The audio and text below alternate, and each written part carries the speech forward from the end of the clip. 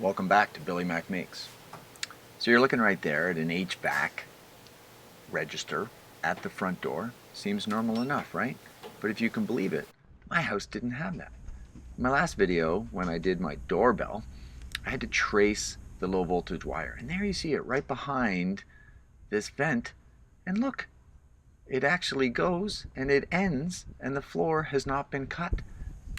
The builders forgot to add this register at the front of our house. And if you stick around to the end of the video, you're going to see why it's so important in the Great White North that we have one of these vents at the front door. So before I removed it, I made a pencil mark where the corner of this was going to be, and then I drilled through to show me the location upstairs. Then I traced out the shape of the register so I could cut a hole and this would fit down inside. These are those moments where you are passing a point of no return when you do a 10-inch plunge cut and you go right through your hardwood floor by your front door. But I was confident that this would work.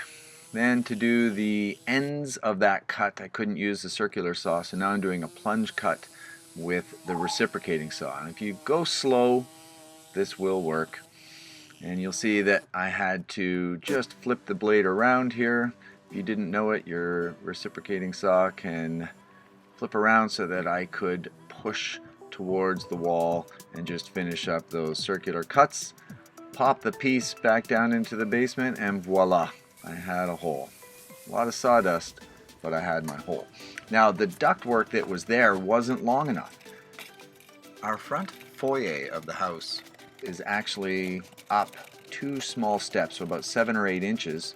And I guess when this was being built, the ductwork was completed for the regular level of the main floor and not for this little rise. So I just had to buy some 6-inch ducting and just extend it a little bit. So I just cut out a little riser, made it a little bit longer. I'm just attaching it.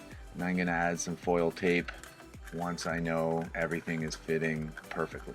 But when I connected it back to that elbow, looked good. There's that foil tape. Now this is 100 times better than actual duct tape, like that plastic stuff that people make wallets and stuff with. This is real HVAC tape and it works great. So I'm wearing those gloves because the edges of this are razor sharp.